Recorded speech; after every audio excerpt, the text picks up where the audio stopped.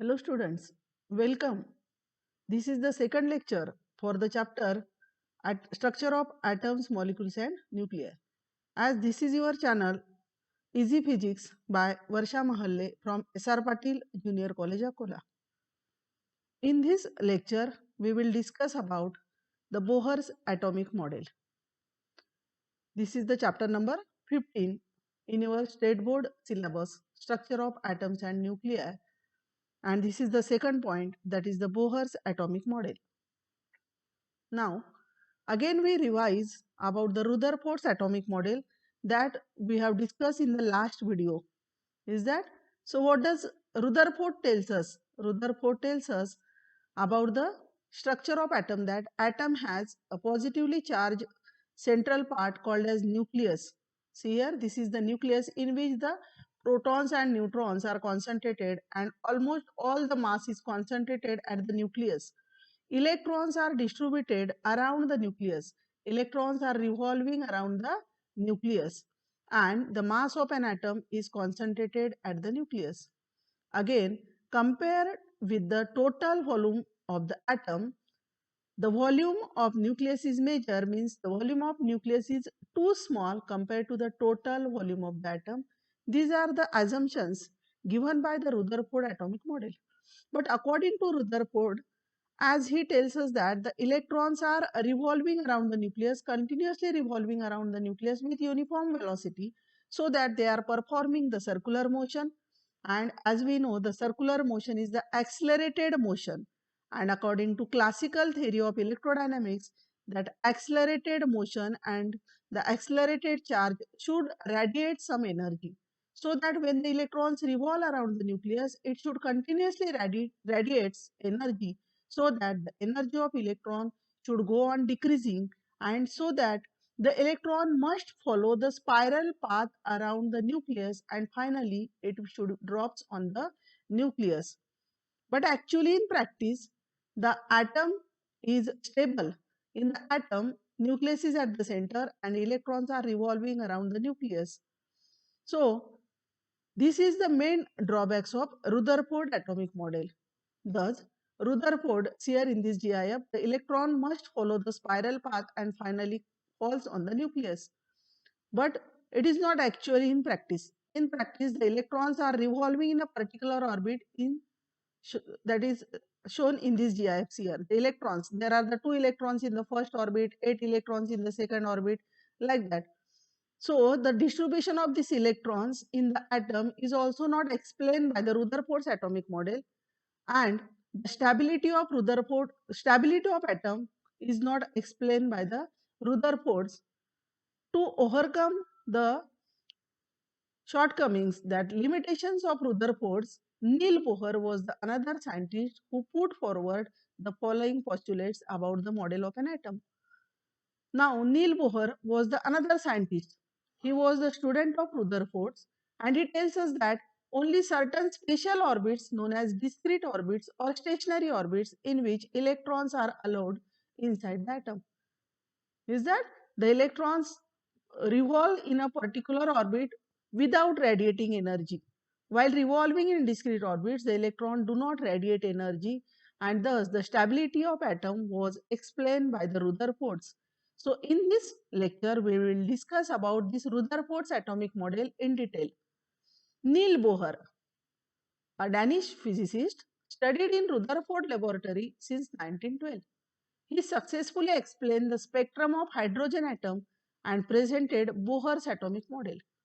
He said that the Rutherford's atomic model is the stability of atom is confirmed in the Rutherford's atomic model, but the electron should not radiate energy.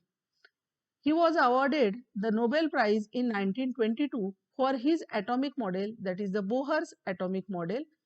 So in his Bohr's atomic model, he tells us that the electrons revolves around the nucleus in definite energy levels. These are the definite orbits. First orbit, this is the second orbit, this is the third orbit, in which electrons revolves without radiating energy.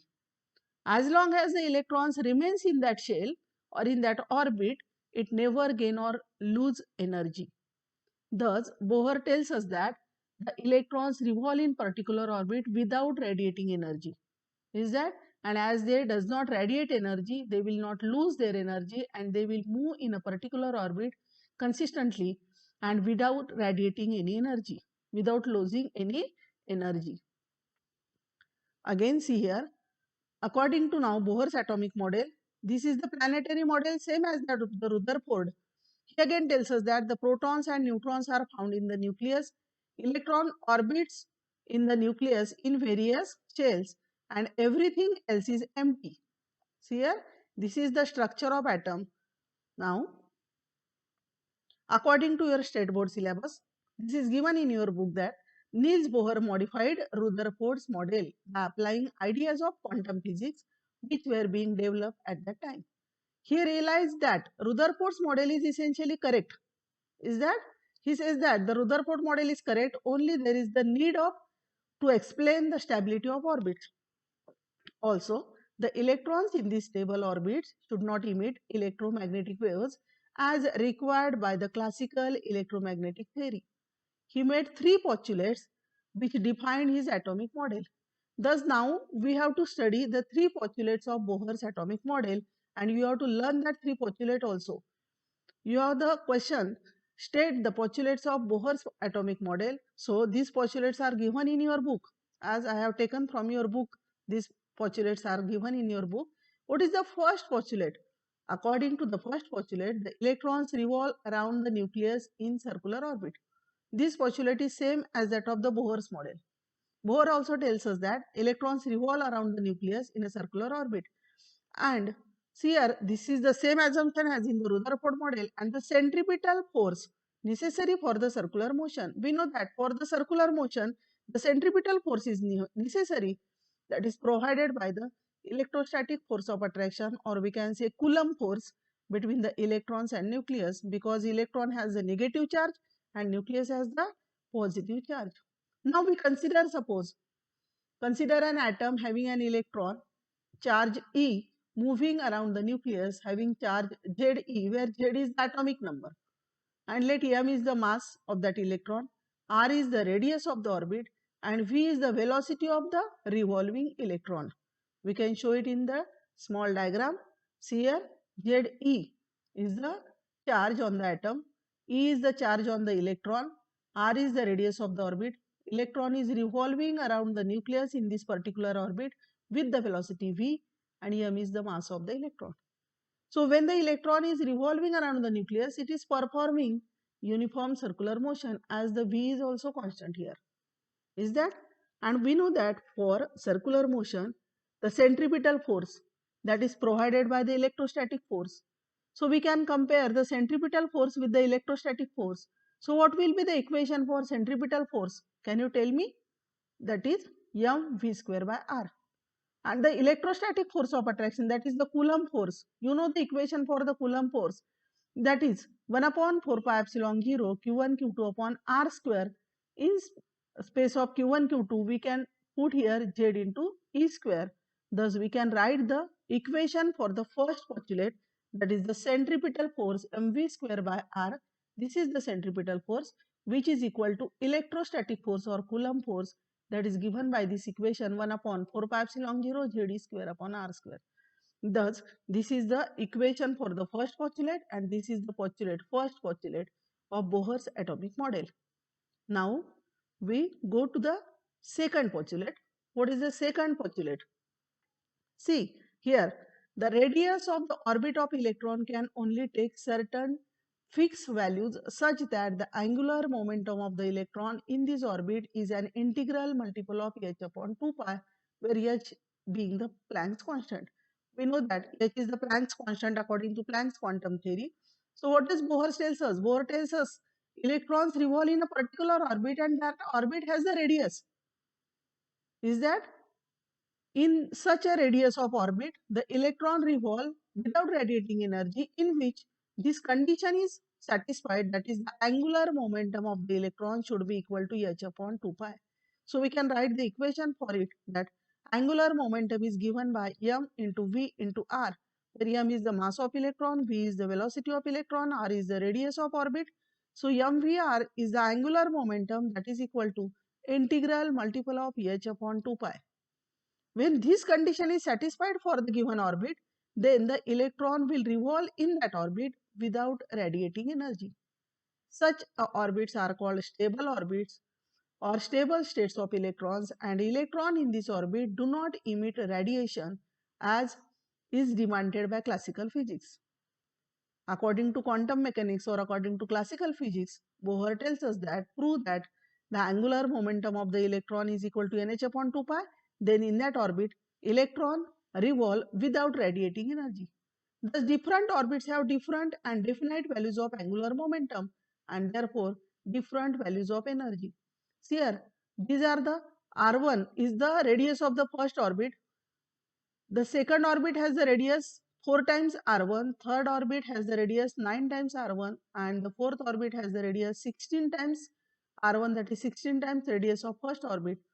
These variation of radius we can learn in the next video when we study how to obtain the equation for a radius of Bohr orbit. There we can explain this point in detail. So this is the second postulate.